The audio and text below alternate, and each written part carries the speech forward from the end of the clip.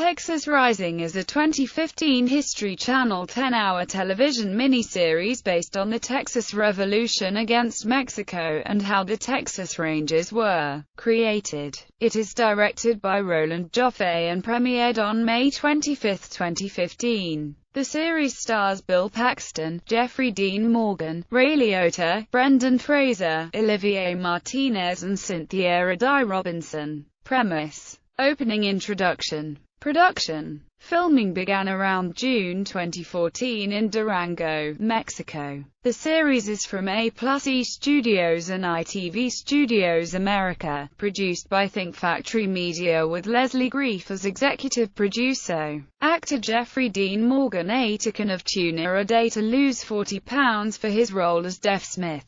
Release. The first teaser trailer was released on January 25, 2015, during Sons of Liberty, which revealed a Memorial Day release date and featured the tagline, "The Alamo wasn't the end, it was the beginning." The series will premiere in Australia on the 19th of August 2015 on FX Australia. Cast: Texas Revolution, Texas Rangers. Other main characters, recurring characters, episodes. Reception. Ratings. Reviews. The media coverage about the series was somewhat negative, with some debate over if the right blend between historical accuracy and poetic license had been reached, with some sources saying that a channel, calling itself History, invited greater scrutiny on the question. Rotten Tomatoes and Metacritic review aggregator Rotten Tomatoes gives the miniseries a rating of 13% based on 15 reviews, with an average rating of 5.1/10. The site's consensus states, "Tedious and forgettable. Texas Rising is full of offensive stereotypes and a messy multitude of unfocused characters and narratives." Metacritic gives the miniseries a score of 52 out of 100, based on 12 reviews, indicating mixed reviews. Associated Press. Days before the show aired, the Associated Press Lynn Elba wrote that, inspired by the success of the series Hatfields and McCoys and the Bible, History Channel lined up several impressive elements for the Texas Rising series, including shooting it in widescreen CinemaScope and hiring Oscar-nominated Roland Joffe, armies of extras, for use in sprawling battle scenes, and getting Chris Christopherson, George Strait and Jose Feliciano to add their own music along with the full symphonic score. Elba reported that executive producer Leslie Greif stated that, "We wanted to try to tell the story from a lot of perspectives, so there are really no villains in our piece. There are villainous deeds. But we didn't want to have a paintbrush and say this side is right and this side is wrong." Greif also said that the film was vetted by experts but does take liberties for dramatic purposes. He explained, "Historically, the battles that occurred were true. We didn't kill anyone who didn't die and didn't keep anyone alive who died. The rest we used as a jumping-off spot to tell a great story." With this approach to the historical material, Greif's concern was that too many people would miss all the work spent perfecting each visual and sound element because they would watch it on a laptop or smartphone, and he felt it best viewed in a darkened room on as big a screen as possible. Variety. In a review, Variety columnist Brian Lowry held that the show was wonderfully cast and otherwise completely wooden. He maintained that it juggles too many indifferently written, tough, darkened characters, as if Lonesome Dove had experienced a sharp blow to the head. Lowry held that the series did not live up to the level of History Channel's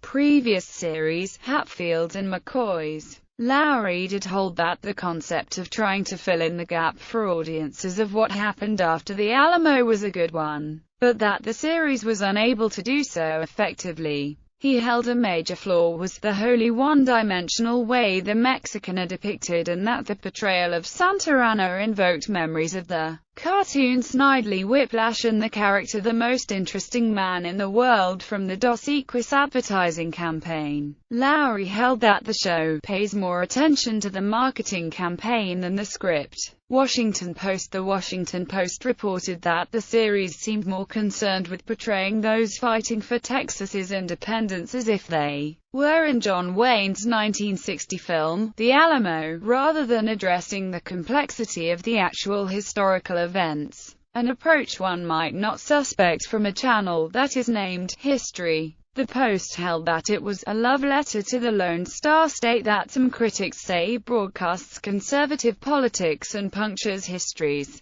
educational veneer. The Post noted that History Channel did offer other perspectives, including those of Mexicans, Native Americans and slaves, on the website created for the show, but some of these views didn't seem to make it into Texas Rising. The Post pointed out that Houston had been a former spokesman for Cherokee Indians and was the only Southern governor to resist secession, and felt the series not exploring this aspect of his story was a missed opportunity. WOAI Radio. Others also criticized the series appearing on History for being lousy history, including Alamo historian at Texas State University Jesus de la Tija, who told reporters for WOAI News Radio the series was playing fast and loose with the facts, and that it oversimplifies and it misrepresents, trivializing and commercializing history. De la Tija pointed out that it plays up sex and has explosions, which could not have possibly happened with the military technology that was in place in the 1830s. De la Tija pointed out that the series makes use of the semi-legendary character Emily D. West, about whom almost nothing is known. He regretted that because of the series on History, people might confuse Hollywood for history. New York Daily News. The New York Daily News held that the show rekindled the excitement of the Hatfields and McCoys. Once you can identify all the players in the drama, they held that Jeffrey Dean Morgan, Olivier Martinez, and Cynthia Addai Robinson gave standout performances. They recognized that some inaccuracies were included, but even though there's doubtless some dramatic license here, no matter. It's a classic campfire story from a land that truly was the Wild West. The Guardian. Brian Moylan of The Guardian was very critical of the series, complaining that the pacing was off with few battle scenes and too many shots of dudes hanging around in grubby-looking clothing in front of tents, talking about how awful Mexicans and Comanches are,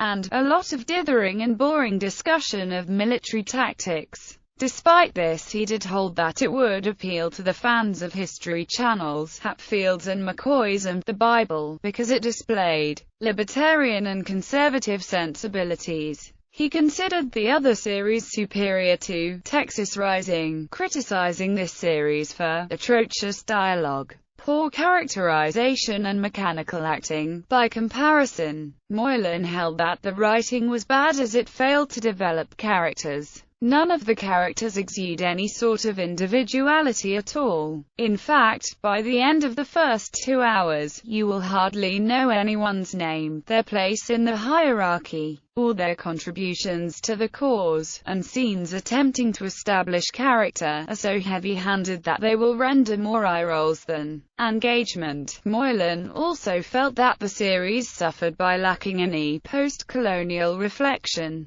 in the great scope of history. The line between good guys and bad guys is drawn as simply and thoughtlessly as it is in a backyard game of cowboys and Indians. He held that his final verdict of the show was that it was just dreadfully boring. On the positive side, Moylan viewed Adam Hicks and Dylan Lane's performances as outstanding and also held that the costumes, sets, and period details seem authentic and well rendered. You don't doubt the period setting for a second. The Inquisit praised the series, holding that due to the many dramatic representations of the fight itself, the focus on the aftermath of the Battle of the Alamo was a brave one, and probably the best decision. Persons who were important to the Texas Revolution outside of that event will get their chance to shine. They also held that the historical inaccuracies were a problem that's rather unavoidable. The Inquisit held that complaints about the series' location backgrounds were unreasonable, pointing out that Texas as a whole and San Antonio in particular does not look today like it did in the 1800s. The landscape forever altered. The city has cars, paved roads, and a population of nearly 27 million people. The Inquisit admitted that the series had inaccuracies, such as what Texans believed about slavery prior to the Civil War and whether or not Sam Houston would have had a one-night stand with the Yellow Rose of Texas, but held that the series should be viewed as within the genre of historical fiction. They maintained that it was unlikely made with the intent of being 100% true to the times or the characters. They concluded that it would be impossible for a well-produced and entertaining series to leave a unique mark on viewers by interpreting events exactly as history experts would want. Sometimes you have to shut up and suspend disbelief to enjoy something. Texas Rising is meant to be entertaining and educational, but mostly entertaining. The New York Times criticized the pacing of the series, saying, "A story that seems as if it should be characterized by adventure and daring do instead as often as flat and drab as a Western." Plain. They expressed surprise that director Roland Joffe was only able to create a disjointed collection of cliches, often staged with the clumsiness of bad community theater. The Times held that the writing reduced Houston to a character which has no magnetism, and made Santa-Anna into something of a repellent caricature. The Times held that, by having no depth in the opposition that the Texan heroes were facing, the series seemed trite. The good guys, the Texans, are good, and the bad guys are reductive figures who exist to be hated.